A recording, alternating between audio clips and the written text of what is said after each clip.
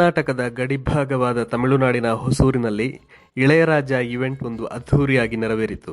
ಕಿಲೋಮೀಟರ್ಗಳ ದೂರದಲ್ಲೇ ವಾಹನಗಳನ್ನು ನಿಲುಗಡೆಗೊಳಿಸಿದ ರಾಜ ಅಭಿಮಾನಿಗಳು ಬೆಂಗಳೂರಿನಿಂದಲೂ ಸಂಗೀತ ಸಂಜೆಯ ಮೈದಾನಕ್ಕೆ ದೌಡಾಯಿಸಿದರು. ಇಳೆಯರಾಜರ ಕಳೆದ 50 ವರ್ಷಗಳ ದಾಖಲೆಯ ಪಯಣ ಇಲ್ಲಿ ಅನಾವರಣಗೊಳ್ಳುತ್ತಾ ಹೋಯಿತು.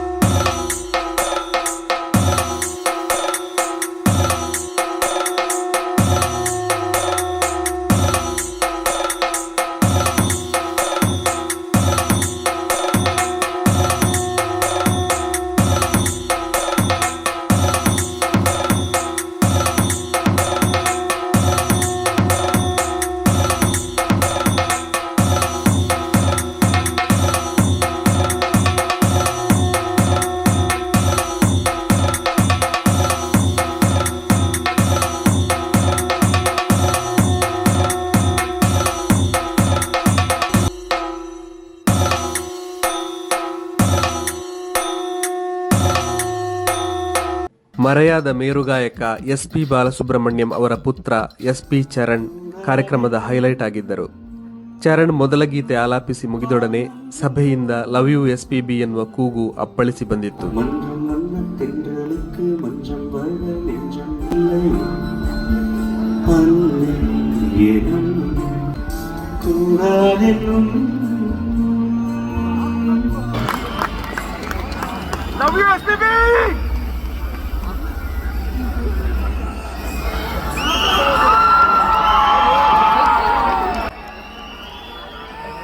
ಅಷ್ಟರಲ್ಲಿ ಮುಂದಿನ ಗೀತೆ ಆಲಾಪಿಸಲು ಶ್ವೇತಾ ಮೋಹನ್ ಬಂದಿದ್ದರು.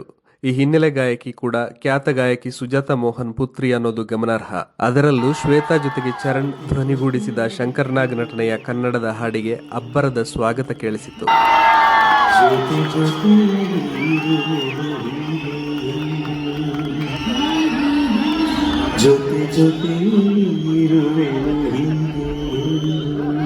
ಆದರೆ ಎರಡನೇ ಚರಣದಲ್ಲಿ ಗಾಯಕಿ ಹಾಡುವಾಗ ಮೂಲ ಹಾಡಿನಲ್ಲಿ ಎಸ್.ಪಿ.ಬಿ ನೀಡಿದ್ದ ನಗುವನ್ನು ಆ ಕ್ಷಣ ಅನುಕರಿಸುವಲ್ಲಿ ಎಡವಿದ ಚರಣ್ ಇಳೆಯರಾಜ ಕಡೆಗೆ ನೋಡಿ ನಾಲಿಗೆ ಕಚ್ಚಿ ನಕ್ಕರು. ಇಳೆಯರಾಜ ಅವರು ಕೂಡ ಅದನ್ನು ತಮಾಷೆಯಾಗಿ ಸ್ವೀಕರಿಸಿದರು. ವಿವಿಧ ಗಾಯಕರ ಧ್ವನಿಗಳನ್ನು ಅನುಕರಿಸಿ ಹಾಡಬಲ್ಲ ಗಾಯಕ ಹರಿಚರಣ್ ಮತ್ತು ವಿಭಾವರಿ ಜೋಶಿ ಸೇರಿ ಕನ್ನಡದ ಮತ್ತೊಂದು ಗೀತೆಗೂ ಧ್ವನಿಯಾದರು.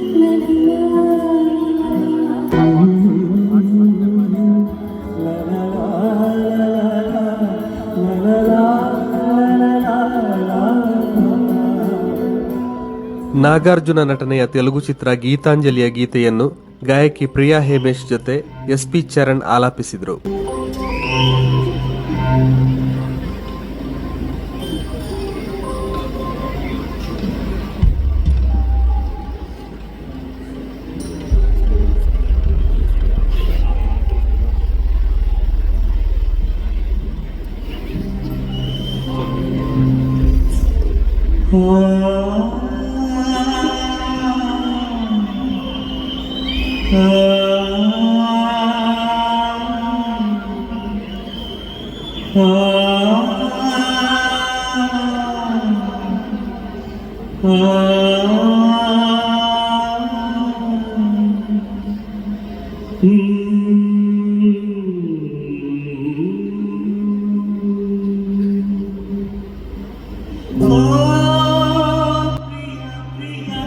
ಗಾಯಕಿ ಅನಿತಾ ಜೊತೆ ನಗುವಿನ ಗೀತೆ ಹಾಡಿದ ಮುಖೇಶ್ನಿಂದ ಇಳೆಯರಾಜ ಮಿಮಿಕ್ರಿಯನ್ನು ಮಾಡಿಸಿದರು.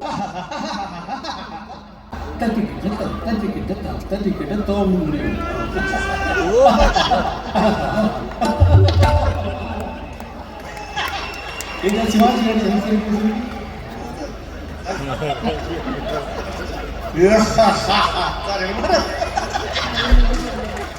ಕಮಲಹಾಸನ್ ಸರಿ ರಜನಿಕಾಂತ್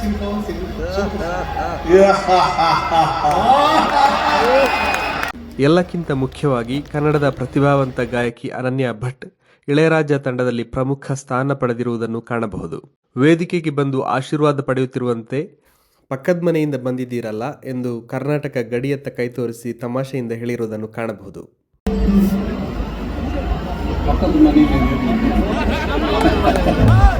ರಜನಿಕಾಂತ್ ನಟನೆಯ ಜನಪ್ರಿಯ ಚಿತ್ರ ದಳಪತಿಯಲ್ಲಿ ಹಾಡು ಶುರುವಾಗುವ ಮುಂಚಿನ ದೃಶ್ಯವನ್ನು ವೇದಿಕೆಯಲ್ಲಿ ತೋರಿಸಿಯೇ ಗಾಯಕರಿಂದ ಹಾಡಿಸಿದ್ದು ವಿಶೇಷ ಚಪ್ಪಾಳೆಗೆಟ್ಟಿಸಿತ್ತು.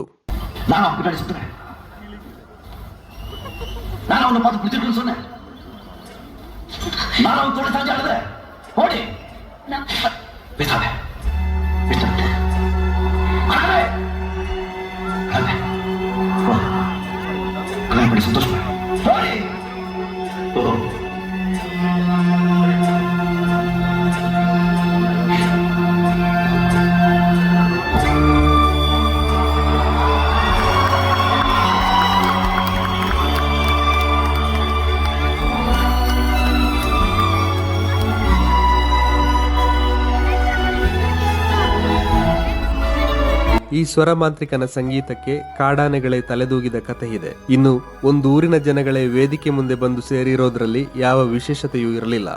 ದುಬಾರಿ ಟಿಕೆಟ್ ಪಡೆದು ಬಂದವರದ್ದು ಒಂದು ಪಡೆಯಾದರೆ ಕಾಂಪೌಂಡ್ನ ಹೊರಭಾಗದಲ್ಲೇ ನಿಂತು ಕಿರುಚಾಡುವವರಿಗೂ ಕೊರತೆ ಇರಲಿಲ್ಲ. ಅವರನ್ನೆಲ್ಲ ಉದ್ದೇಶಿಸಿ ರಾಜ ತಮಿಳಲ್ಲೇ ಒಂದು ಮನವಿ ಮಾಡಿಕೊಂಡ್ರು.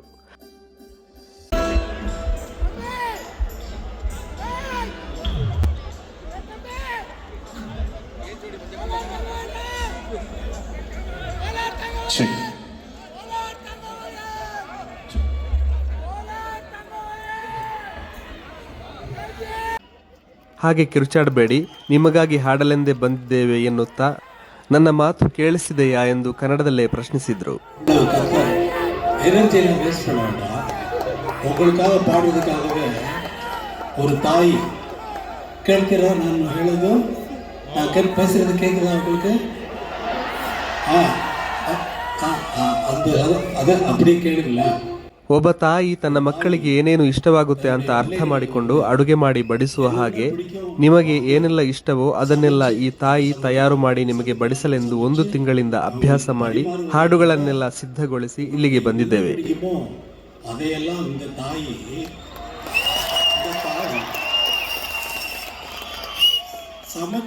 சமைச்சுன்னா தக்க சமயத்தில் உருவாவது. சமைத்து இசையை எப்படியெல்லாம் சேர்த்தால் சுவை சேருமோ அப்படியெல்லாம் சேர்த்து உங்களுக்கு பரிமாற வேண்டும் என்று 1 மாதமாக ರಿಹರ್ಸಲ್ செய்து ಪಾಟೆல்லாம் ತಯಾರು பண்ணிட்டு ಆಗ ಊಟಕ್ಕೆಂದು ಬಂದ ನೀವು ಬಡಿಸಿದ್ದನ್ನು ಉಂಡು ತೃಪ್ತಿಯಾಗಿ ಆ ಎಂದು ತೇಗು ಬಿಟ್ಟು ಹೋಗಬೇಕು. ಹಾಗಾಗಿ ನೀವು ಶಾಂತಿಯಿಂದ ಕುಳಿತು ಯಾವೆಲ್ಲ ಹಾಡುಗಳು ಬರುತ್ತವೆ, ಎಲ್ಲಿ ಯಾವ ಸಂಗೀತ ಬರುತ್ತೆ ಅಂತ ಕಾರಲ್ಲಿ ಹೋಗುತ್ತಾ ಕೇಳ್ತಿರಲ್ವಾ, ಅಂಥ ಆನಂದವನ್ನು ಇಲ್ಲಿ ಇದೇ ಜಾಗದಲ್ಲಿ ನುಡಿಸಿ ನೀಡುತ್ತಿದ್ದಾರೆ.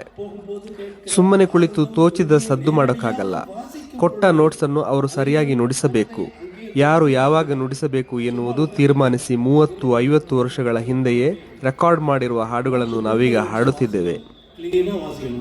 யார் எப்போ வாசிக்கணும்ன்றதெல்லாம் எல்லாமே தீர்மானிக்கப்பட்டு ರೆಕಾರ್ಡ್ பண்ணியாச்சு. 30 ವರ್ಷ 50 ವರ್ಷಕ್ಕೆ ಮುನ್ನಾಡಿ 30 ವರ್ಷಗಳಿಂದ ನೀವು ಕೂಡ ಬಿಡದೆ ಆಲಿಸ್ತಾ ಇದ್ದೀರಿ. ಯಾಕೆ? ಅದರಲ್ಲಿ ಜೀವ ಇದೆ, ಅದರಲ್ಲಿ ಆತ್ಮವಿದೆ. ಹಾಡು ಸರಿಯಾಗಿ ಕೇಳಿಸಲು ಉಸಿರನ್ನೇ ಮೆತ್ತಗೆ ಬಿಡುತ್ತೀರಲ್ವಾ? ಆ ಶಾಂತಿ ಇಲ್ಲಿದ್ದರೇನೆ ನೀವು ಸಂಗೀತವನ್ನು ಗೌರವಿಸಿದಂತೆ. ನನ್ನನ್ನು ಗೌರವಿಸಬೇಡಿ, ನೀವು ಕೂಗಾಡಿ ಹೇಯ್ ಓಯ್ ಅಂತೆಲ್ಲ ಹೇಳಬಹುದು. ಆದರೆ ಸಂಗೀತಕ್ಕೆ ಎಷ್ಟು ಕಷ್ಟ ಅಂದರೆ ಕಷ್ಟ ಏನಿಲ್ಲ. ನನಗೆ ಸಂಗೀತ ನಿರ್ದೇಶನ ಅಂದರೆ ಉಸಿರಾಡಿದಷ್ಟೇ ಸುಲಭ. நீங்கள் கத்தலாம், கூச்சல் போடலாம், ஓய் ஓய் அதெல்லாம் பண்ணலாம்.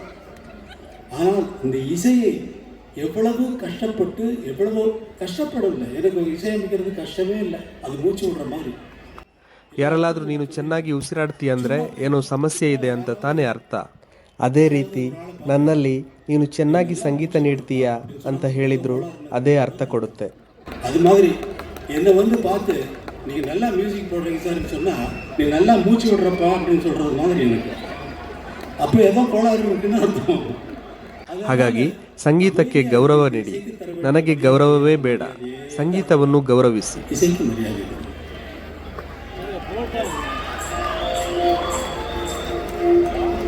உங்களுக்காக நான் பாட போகிறேன். இது உங்களுக்காகவே சமைத்த பாடல்.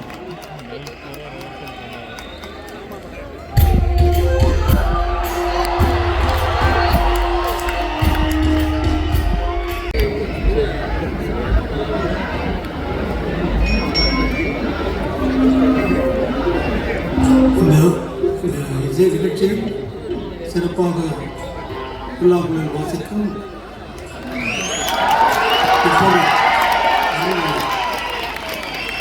பல பாடல்களில் வயலின் சோலோ வாசித்த பிரபாகர் ஆர்கெஸ்ட்ராவை கண்டிப்பாக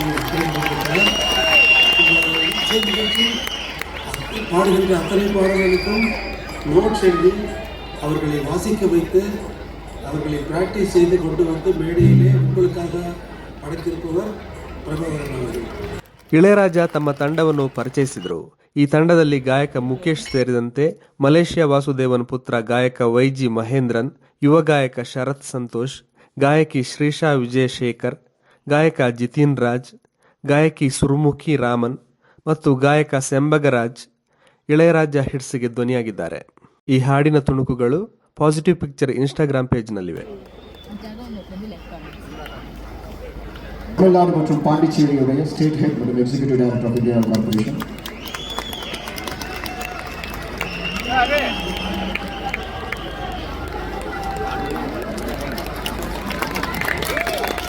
thank you sir, thank you. Oxford college, Oxford institutions group chairman doctor Ramesh Raju sir. Doctor Ramesh Raju நம்மளோட துணைவியார். ஸ்பெஷலாக சென்னையிலேருந்து ஸ்பெஷலாக செய்யப்பட்ட ஒரு மாலை.